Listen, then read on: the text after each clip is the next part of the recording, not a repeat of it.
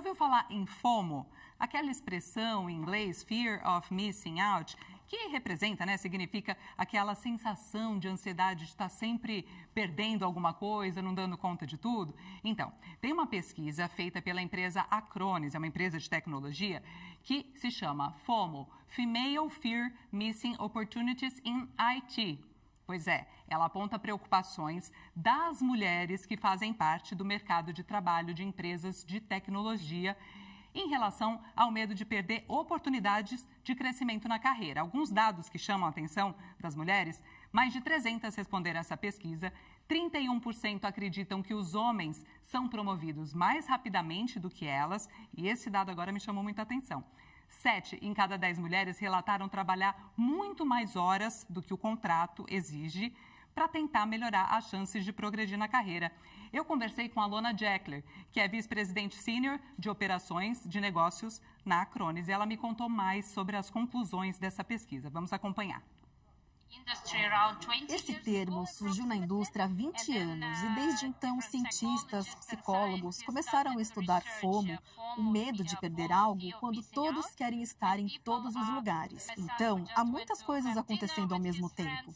Não conseguimos estar em todos os lugares. Esse é o medo que quase todos têm.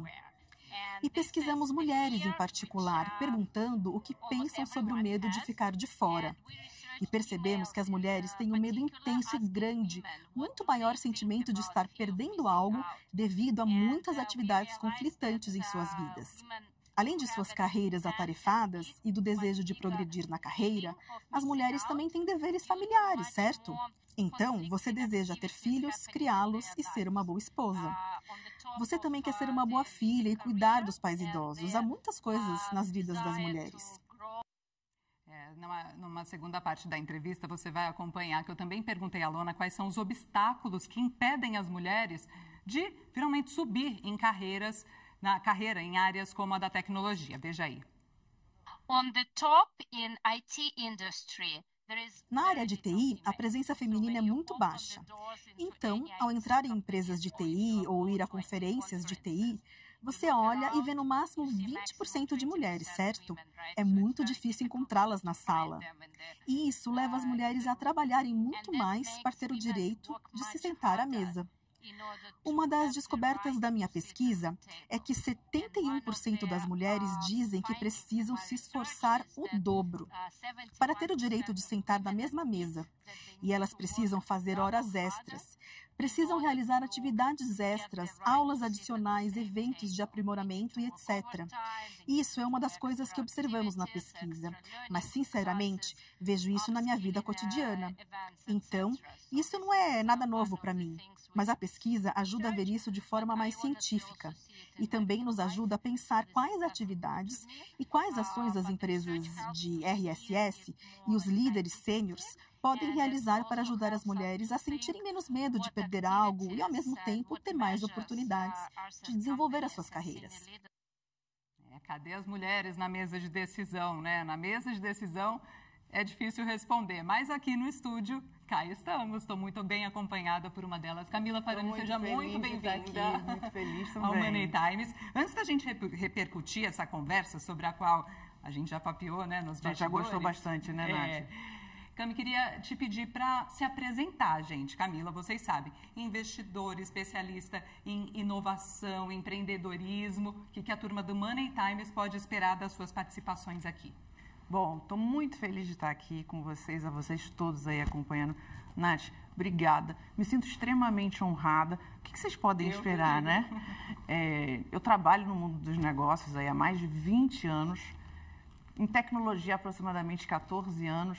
Mais ou menos há 4 anos atrás, eu fundei o Ela Vence, que é uma comunidade voltada justamente para negócios de tecnologia de mulheres. Então, um misto entre mulher de negócios, investidora e educadora. E sei que você tem canal aberto com muitas empresárias, com muitas empreendedoras, sabe dos desafios e das dores. E acompanhou aqui esses trechos, né, da entrevista que eu fiz com a Lona, que traz um recorte ali específico, né, de 327 mulheres, se eu não estiver enganada, entrevistadas em países desenvolvidos, né, Suíça, Estados Unidos, outros países europeus também, Queria que você trouxesse o teu olhar para essa pauta, mulheres em áreas de tecnologia, especialmente aqui no Brasil, Cami. Acho que é importante dizer, a Alona, ela é uma grande referência, ela é SVP da Acronis, né? Na verdade, ela é SVP de operações e Chief de Staff, né? Então, no final do dia, ela é uma mulher também de tecnologia. Mas quando a gente faz esse recorte para o mundo, a gente está entendendo que aproximadamente entre 20%, ela até trouxe isso, entre 20% a 25% estão no universo de tecnologia. Agora, quando a gente faz esse recorte para CEOs e fundadoras de startups, esse número ele cai para aproximadamente entre 10% a 12%. E aí você pode estar se perguntando, mas por que isso? Pensa só historicamente, né? A gente sempre teve muito aquela coisa de ligação, na época lá de trás, com exatas, de humanas, bom, pelo menos era da minha época, eu acredito que isso mudou. Na verdade, isso não mudou, isso talvez hoje tenha alguns outros nomes, né? Mas, sem dúvida nenhuma, as mulheres, elas iam para as áreas de humanas. Você vê, hoje eu sou investidora, eu uso tecnologia, mas eu sou advogada. Então, são da área de humanas. Na hora de fazer a sua escolha ali do caminho... Da área de humanas. Da graduação, né? Da área de humanas. E aí, historicamente... Você consegue, porque afinal de contas a tecnologia ela precisa de muita coisa da engenharia de uma certa forma. Ela precisa de muitas coisas do número. Fora isso, quando você traz, né, a complexidade de você ter que lidar com filhos, a complexidade, muitas vezes algumas mulheres optam por não ter, né? Isso está aumentando cada vez mais. Mas quando você entende que você tem ali um leque de funções, isso torna cada vez mais dentro do ambiente de tecnologia e do ambiente geral de negócios, você fica cada vez mais restrito. E aí é de onde vem o medo, daí é onde vem o FOMO, né? E agora você me trouxe uma informação importantíssima, que é o Female of Missing Out, né? Isso, Female Fear of Missing Out in IT. In IT. In IT. Então, automaticamente, o que acontece?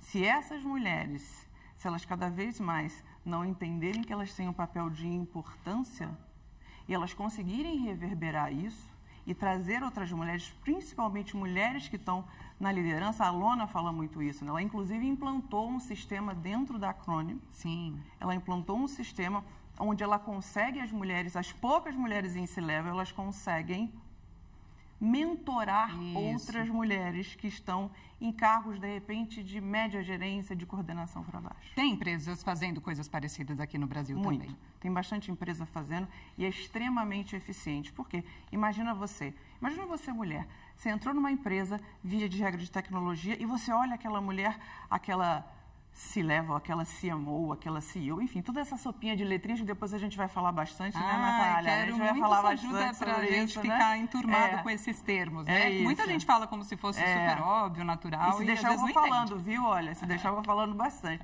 Então, mas basicamente, enfim, são cargos mais ligados à diretoria, e aí você entra naquela empresa e você olha aquela mulher. Quando você olha aquela mulher, você fala, caramba, se ela conseguiu, eu também posso conseguir. Na entrevista, que foi bem longa, a Alona comentou sobre isso, sobre as mulheres não terem muitas inspirações na liderança, né? Porque aí você acredita, você se sente fazendo parte daquilo. E tem outro dado super importante, você já deve ter visto estudos parecidos, mas esse menciona o fato de que as mulheres, muitas vezes, super preparadas, super bem formadas, estudadas, pós-graduadas, elas não se sentem, não se colocam como preparadas para determinados cargos e que muitas vezes homens com menos qualificação se dizem preparados para aquela função. É um sabotador aí, Camila? Na verdade, assim, eu acho que é um misto entre sabotagem, é um misto entre inteligência positiva, acho que é importante a gente trazer isso, principalmente sob a ótica da neurociência, né? Então, você imagina, se há muito tempo te falaram que, efetivamente, o seu lugar, de repente, teria que ser você cresce com aquilo, não é isso? E aí, quando você cresce para aquilo, se você não consegue minimamente trabalhar as situações e trabalhar a sua cabeça, principalmente falando sobre gestão emocional, enfim, aí a gente falaria sobre as 4 múltiplas inteligências, a mulher acaba ficando num lugar onde ela se acha menor. Uma questão de autoconfiança, Uma questão de autoconfiança também, além dos dados que comprovam isso. Isso, e além dos fatores externos também que dificultam tudo isso. E conversando sobre essa questão, né, de cadê as mulheres, começo a pensar no G20, a pauta do dia, né? Esse evento tão importante, mundial, acontecendo aqui no Brasil, onde a presença das mulheres também é questionada, tem sido pauta. E é uma questão, né, Camila?